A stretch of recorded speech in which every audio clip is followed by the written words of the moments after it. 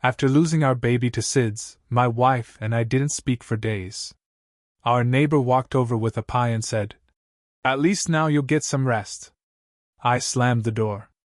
The next day, a small white coffin-shaped package was left on our porch. Inside was a doll. And a note. "Don't leave this one alone." We called the police. The package had no fingerprints. But when I reviewed our home security footage, I saw her leaving her driveway in the middle of the night, wearing my wife's missing scarf. I'm Caleb. I'm 36. I live in a quiet part of Maplewood, Missouri. Our house is small, 2 bedrooms, with a porch that creaks if you walk on the left side. It was just big enough for me, my wife Riley, and our 6-month-old son Daniel. We weren't rich. We weren't even comfortable most days. But we had a system. I worked at the HVAC company just outside of town. Riley was on maternity leave from her job at the library. Daniel didn't sleep more than 2 hours at a time, and we were tired all the time. But he was healthy. We thought he was healthy. Then one morning, I woke up early. I always woke up first. I went to check on Daniel. I don't remember anything after opening the door. He was cold. Just cold. Riley came in a minute later because I didn't answer when she called my name. She screamed when she saw him. I still hear that scream. The doctor said it was SIDS. Sudden infant death syndrome. No warning, no pain, just gone. The autopsy didn't show anything. No signs of trauma, no explanation. They handed him back to us in a white coffin the size of a shoebox. After the funeral, everything in our house stopped. Riley didn't talk. I couldn't talk.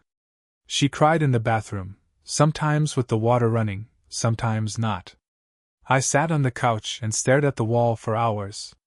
It was like we were ghosts in the same house. 4 days passed. We hadn't gone outside. We didn't answer the door. That morning, there was a knock. I opened it. Our neighbor was standing there.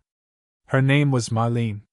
She was one of those older ladies who always had something to say about the yard, or parking, or who should shovel snow first. Nothing too rude, just nosy. She held the pie in her hands. Store-bought. Pumpkin or maybe sweet potato. I was still in my sweatpants. I hadn't showered. I looked at her, and before I could ask why she was there, she said this. "At least now you'll get some rest." Just like that. With a sad little smile like she was delivering a blessing. My jaw locked. I didn't even blink. I slammed the door in her face so hard I thought the glass would shatter. Riley came downstairs an hour later and asked what happened. I pointed at the pie still sitting by the door. She didn't ask again. The next morning, something new showed up. It wasn't a package. Not exactly. It was a white box. About 2 feet long. The kind you'd expect to find a fancy blanket in. But it wasn't that kind of box. It was shaped like a coffin. I noticed it right away. There was a blue ribbon tied around it. Neat. Precise. I picked it up. Riley stood behind me. We both stared at it for a long time before I finally opened it. Inside was a doll. A baby doll. Pale plastic, dead eyes, dressed in a light blue onesie. But it was the note that made Riley gasp. "Don't leave this one alone." That's what it said. We called the police. I didn't want to, but Riley was shaking too much to think straight.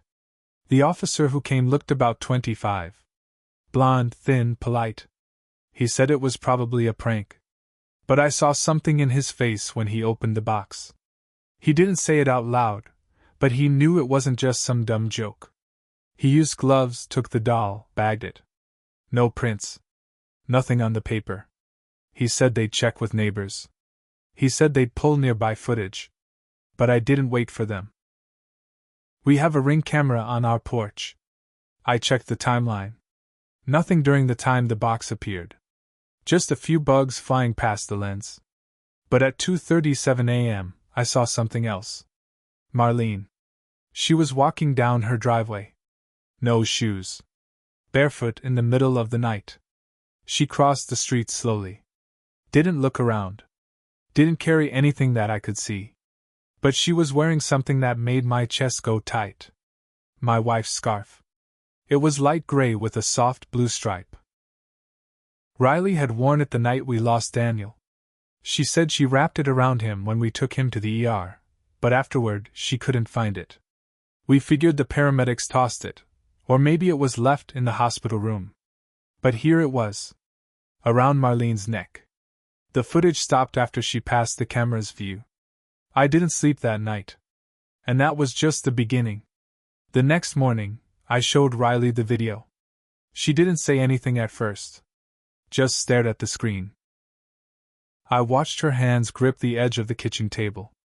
Her lips moved like she was trying to say something, but no sound came out. Then, finally, she whispered, "That's my scarf." I nodded. She stood up fast, like her legs were going to give out if she sat too long, and walked to the sink.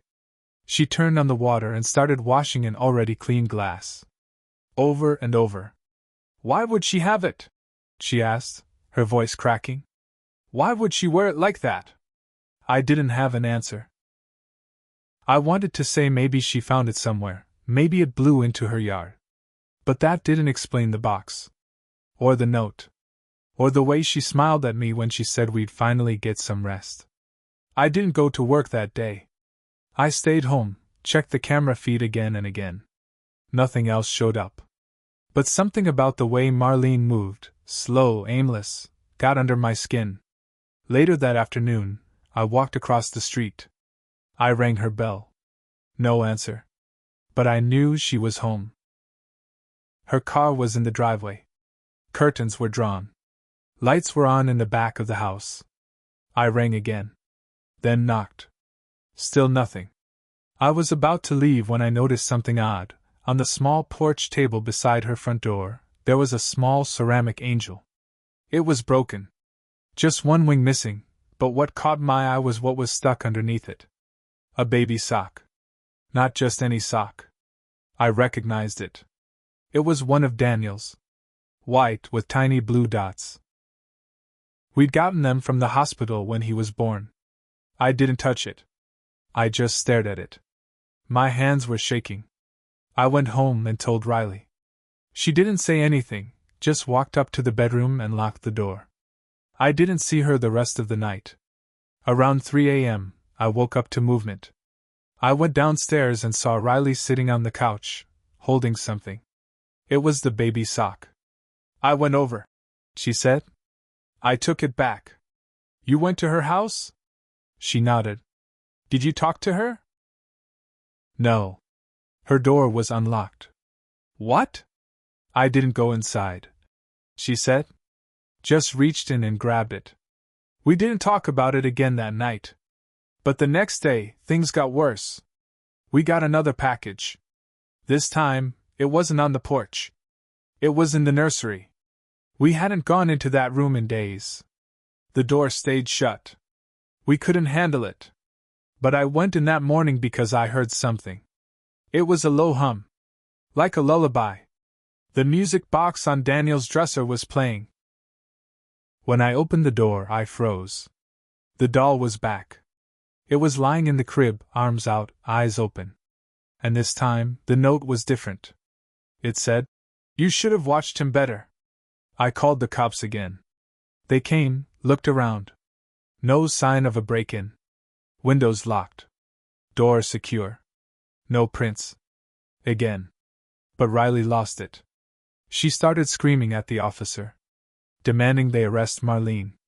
Telling them she had the scarf, that we had footage, that this couldn't just be nothing.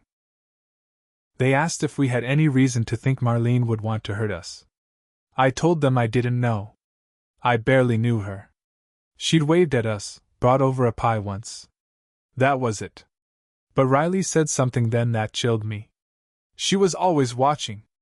I turned to her. "What do you mean?" She looked at me like it was obvious. "From the front window. All hours. I'd see the curtain move. Every time I'd feed Daniel by the window, she'd be watching. Sometimes smiling. Just standing there, None of this made sense. The police took another report. Promised to look into it. But we knew they wouldn't do much. That night I stayed up.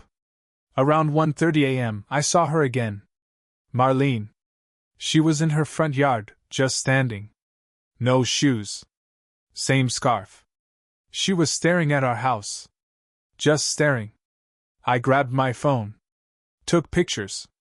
Then I walked outside. When I got close, she turned away like she hadn't seen me. Started walking toward her door. Marlene! I called out. She stopped but didn't turn around. Why are you doing this? I shouted. Still nothing. Why do you have my wife's scarf? Why are you leaving those packages? She didn't move. Then she whispered something. So soft I barely heard it. What did you say? I stepped closer. She turned her head slightly, still not looking me in the eye. I know what you did, she said. And then she walked inside. Her words stuck in my head like a thorn. I know what you did. What the hell did that mean? Riley was waiting for me inside. She was sitting on the stairs, clutching the baby monitor. It hadn't worked in weeks. We never bothered to turn it on since Daniel died. But now she had it in her hands like it meant something. She said she knows what we did. I told her. Riley's face went pale. Then she whispered, Caleb, there's something I didn't tell you. She stood up slowly and walked back to the living room. I followed her, already feeling my chest tighten. What is it? I asked. That night, she said. The night Daniel died. I wasn't asleep.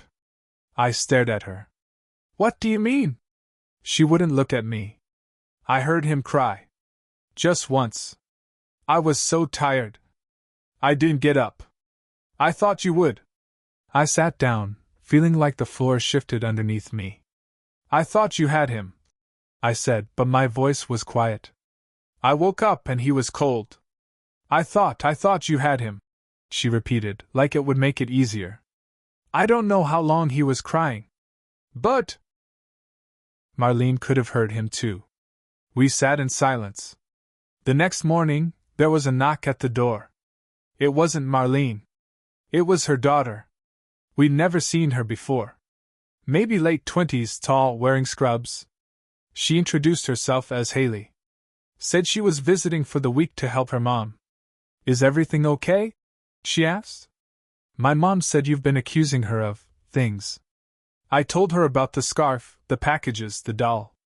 She frowned and said, My mom has dementia. I didn't know what to say. She was diagnosed a few months ago. She's been having episodes. Sometimes she leaves the house at night and forgets why. We thought we had it under control. What about the scarf? I asked. She looked confused.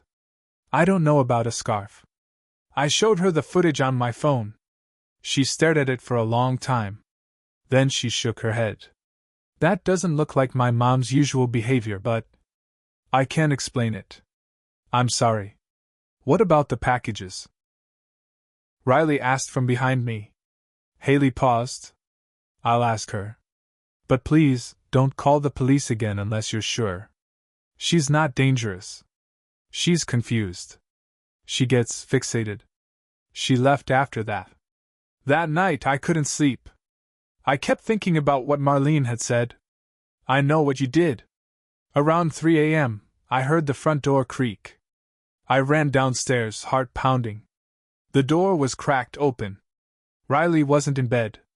I stepped outside barefoot, and there she was. Riley. Standing in Marlene's front yard.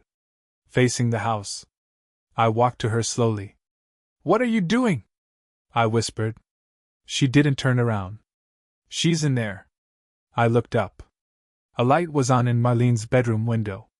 Then Riley said, I went into the garage. I found something. What? In her trash bin. A hospital bracelet. My blood ran cold. Daniel's? I don't know. It didn't have a name. But it was for an infant.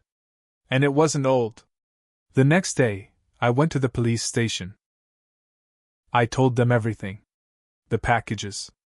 The doll. The scarf. The hospital bracelet. Marlene's daughter's story about dementia. They opened a file. That night, our Ring camera picked up something new. Marlene was outside again. But this time, she wasn't alone. She was carrying something in her arms. And she was talking to it. Cooing at it. The footage wasn't clear enough to make out the shape, but it was about the size of a baby. She rocked it back and forth, humming. Then she stopped, looked directly at our camera, and smiled. She mouthed something. I watched it over and over. It looked like she was saying, "He wasn't supposed to be yours."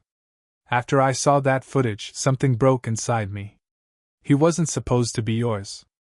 I couldn't sleep. Couldn't sit still. I kept playing her words in my head. Over and over. What did she mean? Was it part of her dementia? Or something worse? The next morning, I knocked on her daughter Haley's door. She answered looking tired, like she hadn't slept either.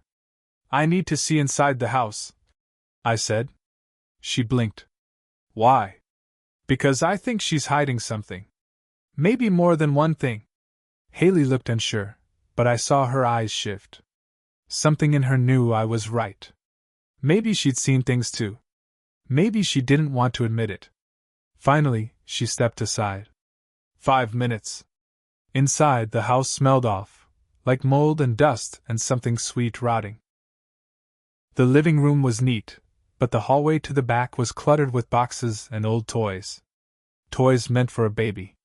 Haley led me to Marlene's bedroom. That's where I saw it. The crib. Set up in the corner, freshly painted white. Inside, wrapped in a small blanket, was a doll. Not the same one. A different one. But also dressed in blue.